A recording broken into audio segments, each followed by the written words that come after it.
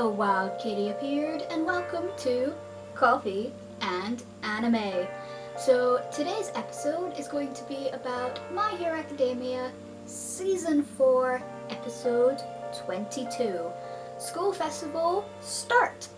So yeah, even though technically this episode only had a little bit of the school festival, and everything else was obviously Deku and Gentle. Well, basically I would actually call this episode more about Gentle and La Brava. Like, I feel like the episode should have been called Gentle and La Brava, or have something to do with their names in the title, but that's besides the point. So yeah, alright.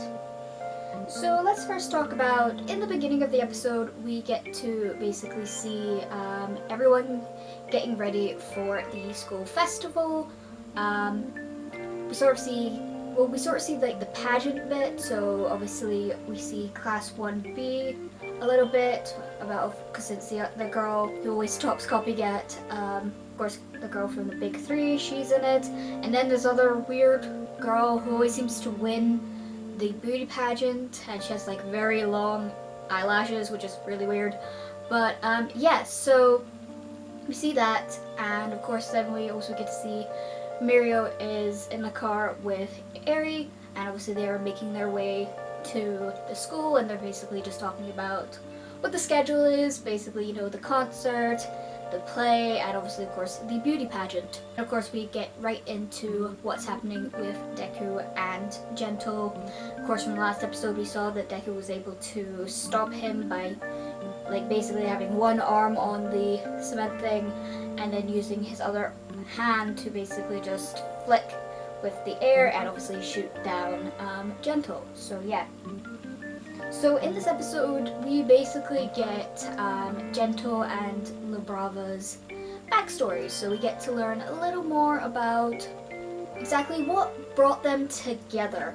And honestly, it's so interesting, especially Gentle's backstory. So you may, if you have seen last week's episode, I made a comment saying that, you know, Gentle Criminal could have easily been a pro hero if he wanted to. So apparently he was wanting to be a pro hero, but the problem was his grades were awful in school, and he basically failed like the licensing exam like 4 times. Like, wow.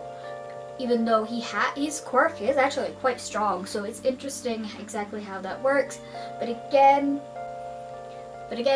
I guess these things happen. You know, not every student who goes to learn to be a hero makes it as a hero. Like, I guess one of these things that happen.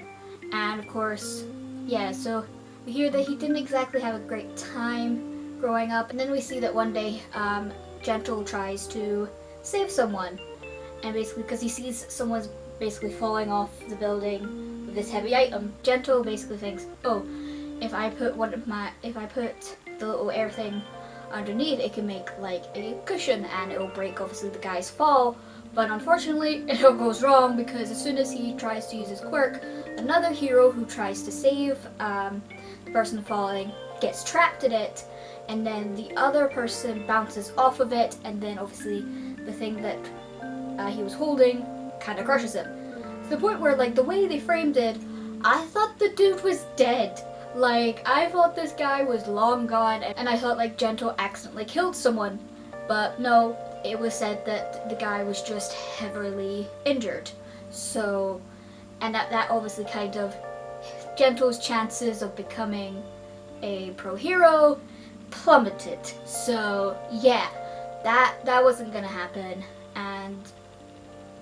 And then of course he meets up with like a high school person, and he meets up with someone he went to high school with, and like says, oh, do you remember me? And the guy obviously doesn't, because obviously now that guy's more of a hero, and I guess Gentle kind of went into the background and stuff. And yeah, so obviously in the end he just wants to be noticed. And yeah, for me, Gentle isn't evil. Like, he's not the ascent of what you think a villain is, and you can kind of understand obviously his motives behind it. And then obviously we learn La Brava's backstory. She like had a crush on this guy at school, and he basically made fun of her because she had a crush on him. And of course, since obviously she's also very short, girl, I feel you. Girl, I feel you. I'm like 5 foot, but yeah. So she felt hopeless and stuff like that, and that no one would ever really come to love her for who she is. And then obviously she finds out about Gentle Criminal, and obviously finds him, and they kind of come together like kindred, like they sort of like they helped each other out in a way. Like Gentle helped Labrava, and Labrava helped Gentle, and their whole kind of relationship seems to be built on the whole that they found someone who accepted them for who they are and loves them unconditionally. Now, at first I thought that it was maybe something romantic, but I don't think it is. I think it's just the love you could have for someone regardless. Because again, a lot of people, like, you can have love for anyone. It doesn't exactly have to be like a lover of any sort. You know, there's family, friends, etc., etc. So I feel like they've got a bond, like a friendship, and I absolutely love that. And yeah, so it was a very heart-wrenching story that we got told there. But again, at the end of the day, it was just they were wanting someone to accept them for who they were. And my god, that was whew. But yeah. And then of course we learn about Labrava's quirk, which obviously is basically the power of love, basically, where her quirk basically energizes the person that she loves for like, well, at least lasts for like a few minutes, but it powers up someone she loves' quirk and makes them like 10 times stronger. So that's obviously what Gentle ends up getting, and obviously having that fight with Deku, and it's like very tough battle, and it was also really beautifully done, like especially with like Gentle's pink aura around him, and we got to see like Deku's green energy, and that just clashing together looked really, really good. And yeah, and I have to say, Labrava's quirk was not exactly what I was expecting.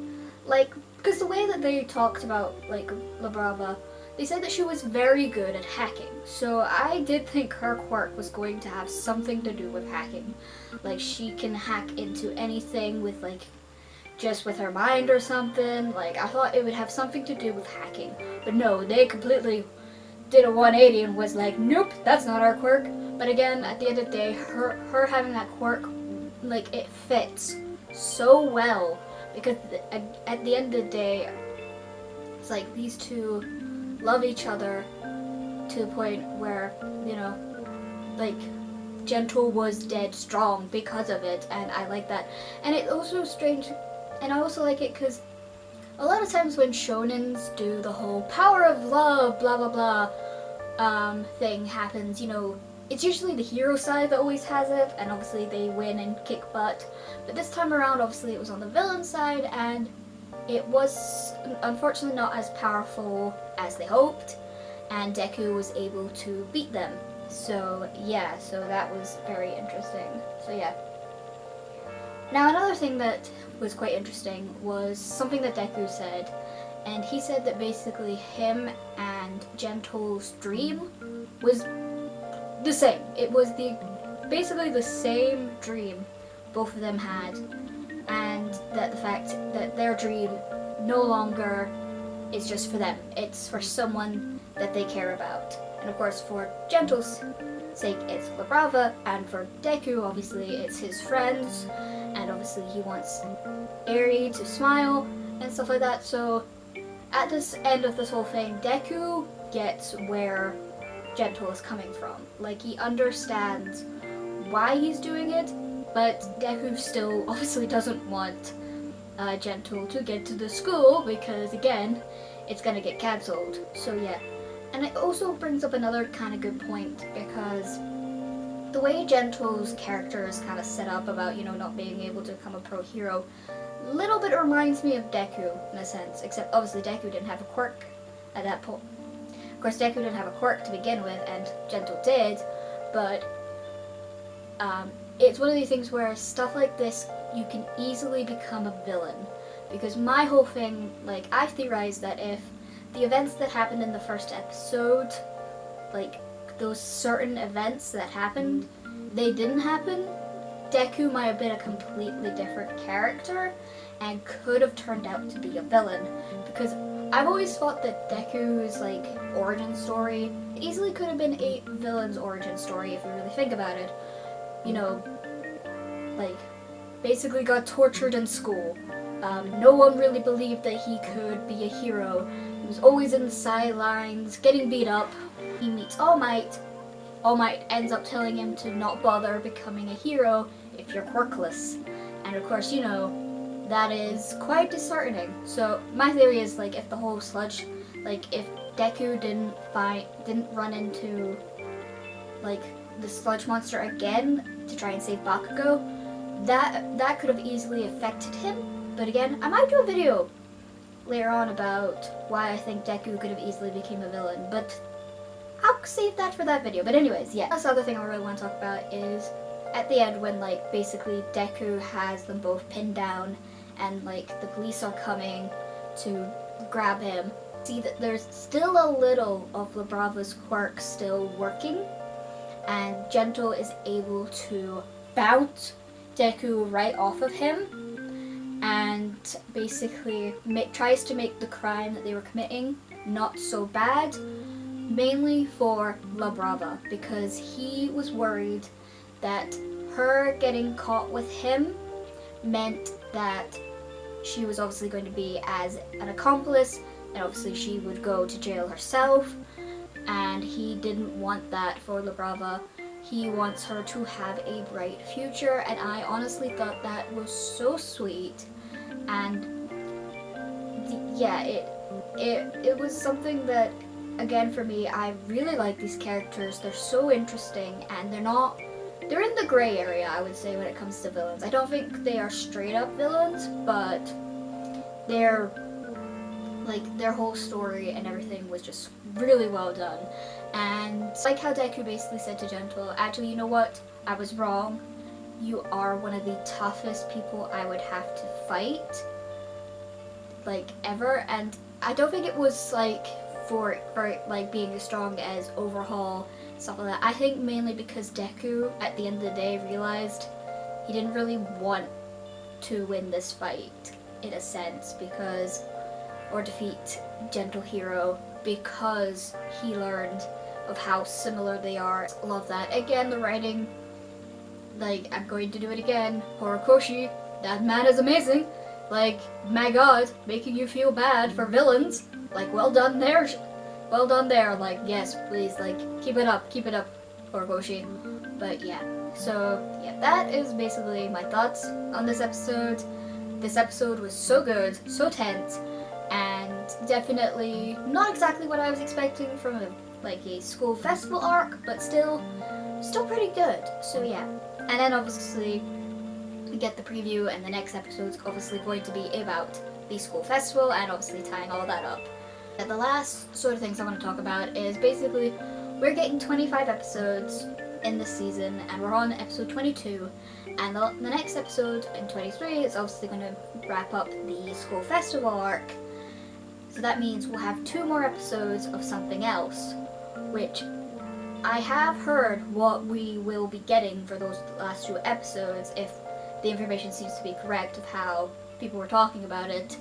I'm not going to say exactly what they're planning on doing, just in case you don't want to know anything about what's going to happen in the last 2 episodes, but I will say, sounds like it'll be definitely interesting, and honestly cannot wait to talk about these episodes. So that is my thoughts on episode 22 of season 4 of My Hero Academia. I hope you enjoyed this video. Remember to like and subscribe for more fandom content, and you can check us